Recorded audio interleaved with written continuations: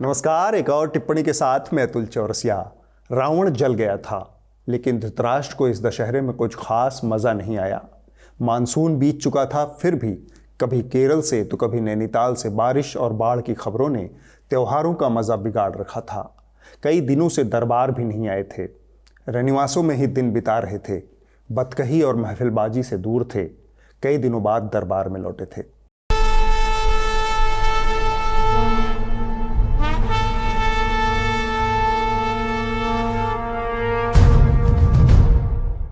धृतराष्ट्र ने कनखियों के इशारे से संजय से कुछ पूछा। संजय ने इशारे में सकारात्मक उत्तर दिया।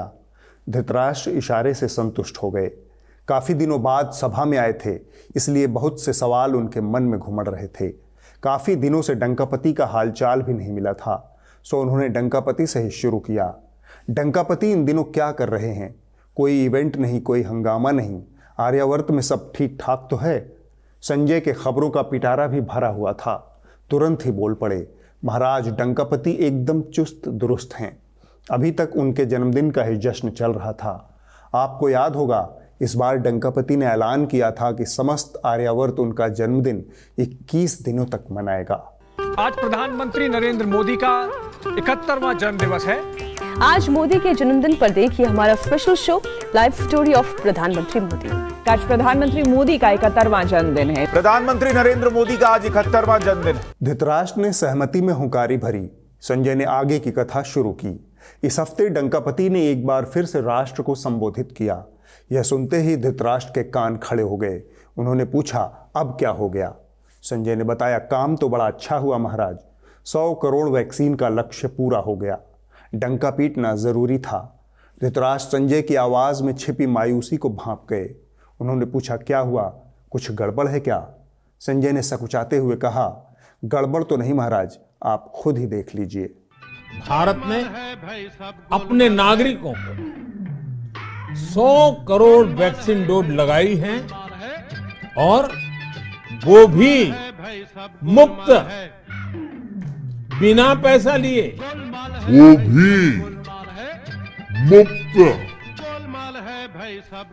बिना पैसा लिए। धृतराष्ट्र ने कहा, डंकापति तो बड़े समाजवादी टाइप निकले, सारी वैक्सीन फ्री। अब संजय से रहा नहीं गया। उन्होंने अपनी मायूसी का राज खोलते हुए कहा, यही तो गड़बड़ है महाराज। डंकापति ने 56 इंच चौड़े से बोल दिया कि सबको मुफ्त वैक्सीन दी गई है, जबकि उन्होंने खुद घोषणा की थी कि 25% वैक्सीन निजी अस्पतालों को दी जाएगी, वो इसे पैसा लेकर बेचेंगे। ऐसे अनगिनत मौके आए महाराज, जब मुफ्त वैक्सीन केंद्रों पर वैक्सीन उपलब्ध ही नहीं थी और निजी अस्पतालों में धक्काधक वैक्सीन ठोकी जा रही थी। डंकापति राष्ट्र को संबोधित करते हुए राष्ट्र को भरमा देते हैं।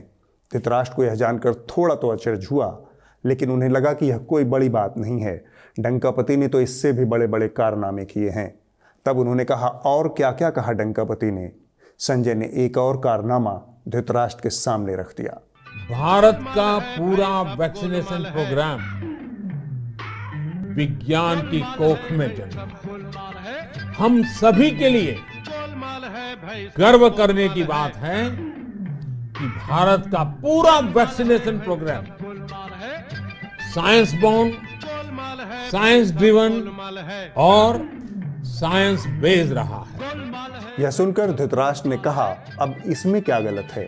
संजय ने तसल्ली के साथ कहा, विज्ञान का सम्मान तो कोई डंकापति से सीखे महाराज। भाभी के पापड़ से लेकर गोबर और गौमूत्र के स्नान से कोरोना के इलाज की विधियां डंकापति के शागिर्द समय समय पर देते रहे हैं, लेकिन विज्ञान सम्मत सोच और विज्ञान आधारित इलाज का सबसे चरम उदाहरण डंकापति के 2 खास शागिर्दों ने दिया, नितिन गडकरी और हर्षवर्धन। कोरोना की दूसरी मारक लहर के बीच इन्होंने बाबा रामदेव से हाथ मिला लिया। दोनों ने बाबा के मंच से ऐलान किया कि कोरोना का इलाज कोरोनिल से ही संभव है। इस हद तक डंकापति विज्ञान से प्रेरित हैं।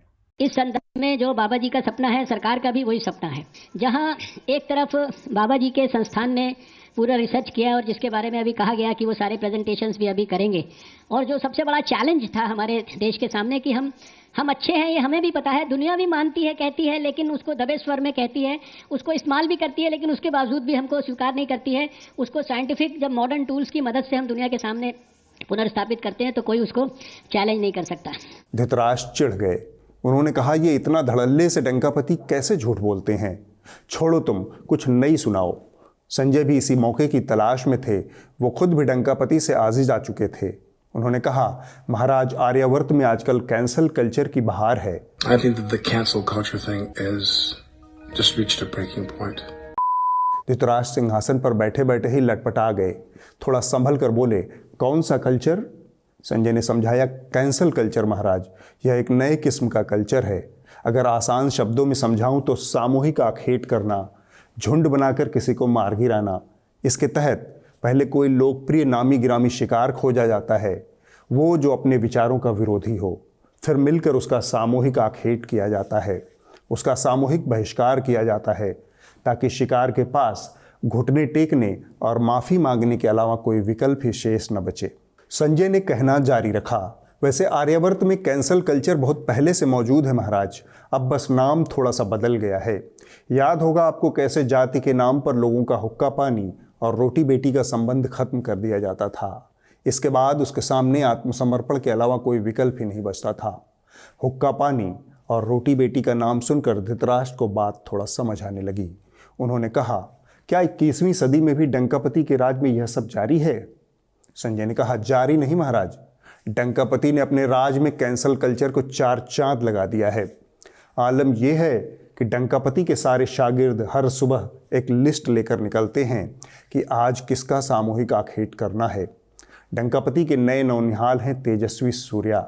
इन्होंने फैब इंडिया का आखेट कर लिया। ट्वीट में इसने लिखा, as we welcome the festival of love and light, Jashn Riwaaz by Fabindia is a collection that beautifully pays homage to Indian culture. यानी कि ये इसमें ये कह रहे हैं कि ये जो त्यौहार आ रहा है प्रेम और प्रकाश का, इसमें हम जश्न रिवाज जो हमारा कलेक्शन है, इसके ज़रिए हम अपनी जो श्रद्धा है वो अर्पित कर रहे हैं भारतीय संस्कृति के प्रति। ये भी कहा जाने लगा, जो बीजेपी के सांसद हैं तेजस्वी सूर्या, उन्होंने कहा कि ये जो हिंदुओं के त्यौहार हैं उनका इस्लामीकरण करने की कोशिश है। संजय अभी जारी थे। डंकापति के एक और नौकंज लोचन है अनंत हेगड़े। उन्होंने सीएट टायर वालों के जरिए आमिर खान का आखेट किया। सीएट टायर बनाने वाली कंपनी है, इसके एक विज्ञापन को लेकर भारी बवाल हो गया है। इस विज्ञापन में एक्टर आमिर खान लोगों को सड़कों पर पटाखे नहीं फोड़ने की सलाह दे रहे हैं। इस विज्ञापन को लेकर बीजेपी के सांसद अनंत कुमार हेगड़े ने तंज कसा है। केंद्र सरकार में मंत्री रहे हेगड़े ने इस विज्ञापन से हिंदुओं में असंतोष का दावा किया है। साथ ही नमाज के दौरान सड़कों को जाम करने और मस्जिदों पर लाउडस्पीकर का मुद्दा भी उठाया है। संजय अभी भी जारी थे। डंकापति के तुनीर में तीर कभी कम नहीं पड़ते। जब उनके शागिर्द काम पर नहीं होते हैं तब डंकापति के एक्सटेंशन सेंटर काम पर लग जाते हैं। तिहाड़ शिरोमणि को कुछ नहीं मिला तो सुपरमैन के आखेट पर निकल पड़े। हमारे देश में लोग फूड डिलीवरी ऐप और फैशन ऐप्स को और अलग अलग ब्रांड्स को तो अपने निशाने पर बड़ी आसानी से ले लेते हैं, लेकिन आज हमने आप सब के लिए एक बहुत बड़ा लक्ष्य रखा है, बहुत बड़ा टारगेट रखा है। और आज आपका टारगेट है सुपरमैन, और सुपरमैन का निर्माण करने वाली डीसी कॉमिक्स, जिसे आज ये पता चलेगा कि भारत के 135 करोड़ लोगों की शक्ति सुपरमैन पर भारी पड़ सकती है। जरा सोचिए, सुपरमैन और 56 इंच वाले मोदी जी की अगर टक्कर होगी तो क्या क्या गुल खिलेंगे। अगर चौधरी साहब का बस चले तो पहली बार सुपरमैन की हार होगी और मोदी जी विजेता घोषित होंगे। एक तो कैंसल कल्चर का नाम जुबान पर नहीं चढ़ रहा था, ऊपर से डंकापति के चेलों की नौटंकियां सुनकर धृतराष्ट्र जामे के बाहर हो गए। उन्होंने कहा, बस संजय बस, ये ससुरे भस्मासुर हैं। पहले ये मेड इन इंडिया यानी फैब इंडिया और सीएट वालों को बर्बाद करेंगे, इसके बाद आत्मनिर्भरता के नाम पर लोगों को भूखा मरवाएंगे। संजय ने इसी मौके पर एक और जानकारी धृतराष्ट्र को सौंप दी। महाराज, एक तरफ आत्मनिर्भरता का नारा है, दूसरी तरफ चीन के साथ पिछले 9 महीनों में ही 49% आयात बढ़ गया है, उस चीन से जो आर्यावर्त की ज़मीन हड़प कर बैठा है। धृतराष्ट्र बोले, इससे पहले कि मेरा कोप किसी के ऊपर गिरे मैं खुद को भवन में गिर जाना चाहता हूं। इतना कहकर वो अंतःपुर को लौट गए। धृतराष्ट्र संजय संवाद में फिलहाल इतना ही। बीते हफ्ते प्रधानमंत्री ने राष्ट्र को 100 करोड़ टीके की बधाई दी तो पिछलग्गू एंकराओं को लगा कि लगे हाथ सरकार के पिछले सारे धत्कर्म भी मिट गए। उनकी सारी असफलताएं भी अब सफलता बन गईं। जो लोग बिना टीके, बिना दवा या बिना ऑक्सीजन के चल बसे, वो लोग जिंदा हो गए। उन असंख्य परिवारों का दुख खत्म हो गया जिनके अपने असमय गुजर गए। इधर प्रधानमंत्री ने देश को संबोधित किया, उधर पिछलग्गू हुड़कचुल्लुओं ने सबसे माफी मांगना शुरू कर दिया। तो सवाल है कि क्या जिन तमाम लोगों का भ्रम दूर हो गया है? माफी तो दूर की बात है, भ्रम की बात कर रहा हूं। मुझे समझ नहीं आता कि यह माफी किस बात की और किससे मांग रहे हैं और जश्न किस बात का मना रहे हैं। अगर सरकार की नीतियां सही रही होती तो दूसरी लहर की त्रासदी को कम किया जा सकता था, उससे बचा भी जा सकता था। अगर सरकार की नीतियां सही रही होती तो ये 100 करोड़ का आंकड़ा आज 2 से 3 महीने पहले ही पूरा हो चुका होता। अगर सरकार की नीतियां सही रही होती तो श्मशानों में 2-2 दिन की वेटिंग लिस्ट नहीं होती। अगर सरकार की नीतियां सही रही होती तो गंगा में लाशें और गंगा किनारे कब्रें नहीं बनी होती। खैर, ये एंकराएं खुद को अमानवीयता की हद तक गिरा चुके हैं। अब हम आपको एक ऐसी कहानी बताने जा रहे हैं जिसे आप बेशर्मी ऑफ द ईयर, थेथरई ऑफ द ईयर, पाखंड ऑफ द ईयर या फिर चिरकुटई ऑफ द ईयर का अवार्ड दे सकते हैं। पहले ये देखिए। बहुत सारे लोग अभी ऐसे भी हैं जो चाहते ही नहीं कि भारत और पाकिस्तान के बीच क्रिकेट मैच खेला जाए। कौन हैं ये लोग, रहते कहाँ हैं जो नहीं चाहते कि भारत पाक के बीच मैच हो? हम क्यों उनके लोगों को यहाँ पे शाबाशी दें, ताली बजाएं? तो हमने उनको बराबर का साथ दिया। ये अब नहीं चलेगा ये, तो इसलिए मैंने नारा दिया है कि दे शुड गो बैक।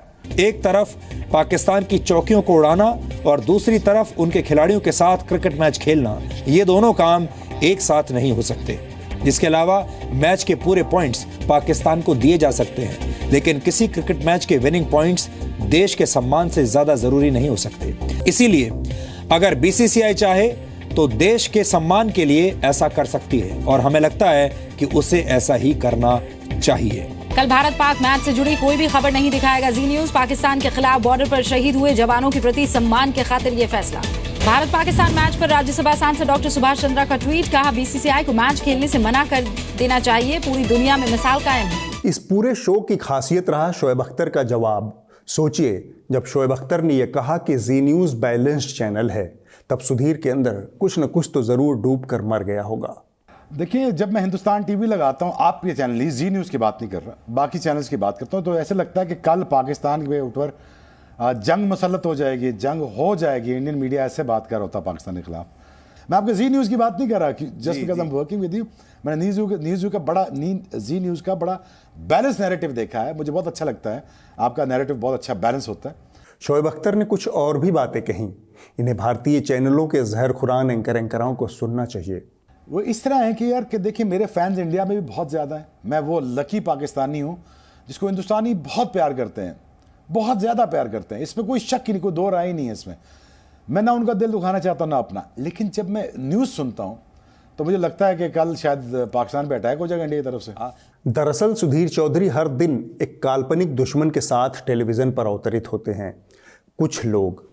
लेकिन शोएब अख्तर पूरी बातचीत के दौरान बड़ी शालीनता से और कुछ हद तक चतुराई से भारत और पाकिस्तान के लोगों की तारीफ करते रहे, भारत से मिलने वाले प्यार की बातें करते रहे।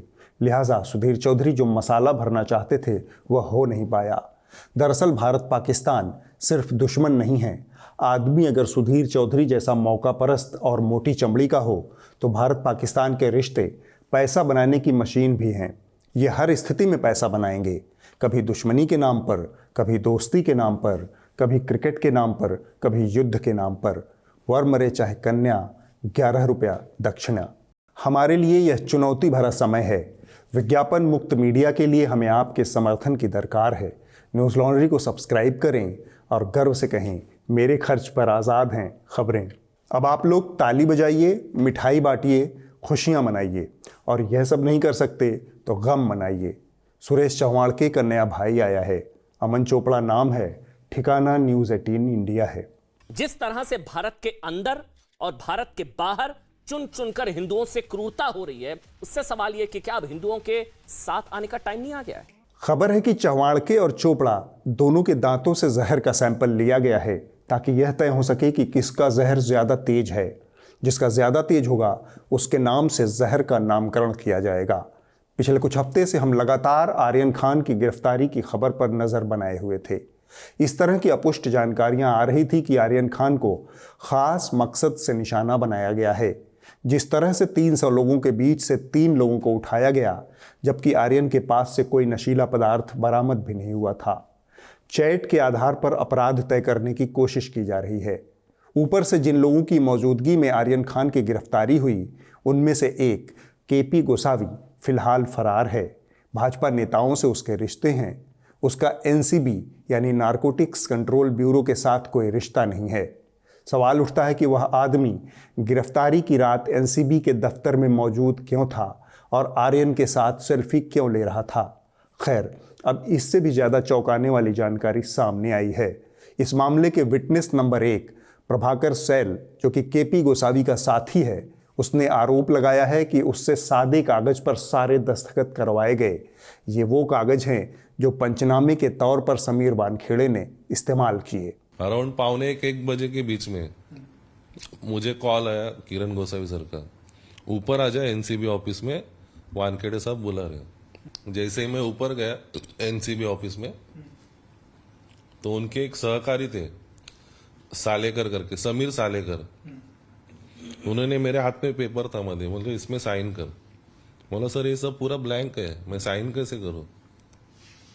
वानखेड़े साहब वहां से बाहर आ गए, अरे त्याचे साइन घे फटाफट ते पंचनाम्यावर। अराउंड 9 से 10 पेपर के ऊपर मैंने गिना सब, लाइकली 9 से 10 पेपर के ऊपर उन्होंने मेरा साइन लिया। उन्होंने मेरा आधार कार्ड पूछा। मैं बोला मैं आपको आधार कार्ड है ना सॉफ्ट कॉपी भेजता हूँ, आप मुझे अपना व्हाट्सएप नंबर दे दो। उनका मैंने नंबर लिया और उनको मैंने व्हाट्सएप कर दिया। मैंने तभी सर को पूछा, सर ये सब ब्लैंक पेपर के ऊपर साइन ले रहे, इसमें कुछ लिखा भी नहीं है, तू कर रहे काय होत नाही, तू काळजी करू नको, ऐसा मुझे बोला गया। लेकिन हुड़क चुल्लू एंकराओं की तान हमेशा राग दरबारी मोड में ही रहती है। क्या सावन क्या फागुन। अंजना ओम कश्यप को ही देखिए। अनन्या पांडे क्या है आपको? अरे आपका सूट बड़ा अच्छा लग रहा है सर। अरे बड़ा अच्छा लग रहा है सर, हम तो बड़ा ही कर रहे हैं। यही इस देश में अनन्या पांडे किस धर्म की है? खान को आप ब्रांड अनन्या पांडे किस धर्म की है? वो कहते हैं मुझे खतरा, बोलिए ना। इनकी तुलना हमेशा सेब और कोहड़े के बीच होती है। आर्यन जेल में है, अनन्या पांडे से सिर्फ पूछताछ हो रही है। बेल अधिकार है, खासकर तब जब आपके पास से कुछ बरामद भी नहीं हुआ है। आर्यन खान को उस अधिकार से वंचित किया गया। इसलिए यह बहस छिड़ी है कि क्या किसी दुर्भावना के चलते बार बार उन्हें जमानत से रोका जा रहा है। खैर, अंजना ये काम बहुत ऊंचे पायदान पर खड़ा होकर कर रही हैं। माने आप धर्म को क्यों बीच में ला रहे हैं? क्या धर्म है अनन्या पांडे का? अरे अगर अकेले आर्यन खान को पकड़ेंगे, अनन्या पांडे का क्या धर्म है माजिद हैदरी? अगर अकेले आर्यन खान को पकड़ेंगे, फिर भाग रहे हैं। दिन दहाड़े बर्फ की कसम खा लीजिए, सच बोल दीजिए, क्या धर्म है? मैंने आपको कहा कश्मीर से अनन्या पांडे का क्या धर्म है? अनन्या पांडे का क्या धर्म है? आप मुझे बताइए, आपको किसी हिंदू फारूक साहब क्यों डरते इतना? ये मुस्लिम कार्ड कैसे खेलेंगे? इससे वो तो आर्यन खान को लाएंगे और अनन्या पांडे का धर्म नहीं बताएंगे। अब ऋषिकेश में 20% जो वहाँ के सन्यासी हैं गांजा पीते हैं रोज, तो जेल भर जाएंगे हमारे। लेकिन वो माइनर ड्रग होता है, जो गांजा होता है वो करोड़ों साल से लोग जो है पीते आ रहे हैं। हैवी ड्रग्स का मामला दूसरा है, मैं मानता हूँ, लेकिन जरा सा तो मतलब ये नहीं गलत बात मेरे मुंह में मत डालिए। मैं ये कह रहा हूँ it is not a crime, it is not बलात्कार नहीं है। धर्म को लेकर इनकी मासूमियत देखिए। एक छोटा सा होमवर्क आप लोगों के लिए, इनके पुराने तमाम शोज को खंगालिए, तब समझ में आएगा कि धर्म का कैसे कैसे इस्तेमाल इन लोगों ने किया है। अब वक्त है इस हफ्ते की रिपोर्ट का। जो कही जा रही थी बातें कि अंदर में भी सोशल डिस्टेंसिंग का ख्याल रखा जाएगा। ट्रेनें तो खुल दी हैं, लेकिन कैसे स्टेशन पर thousands of the migrants workers in different groups walking. इस हफ्ते की रिपोर्ट एबीपी न्यूज से है। यह रिपोर्ट केरल में आई भयानक बाढ़ से जुड़ी है।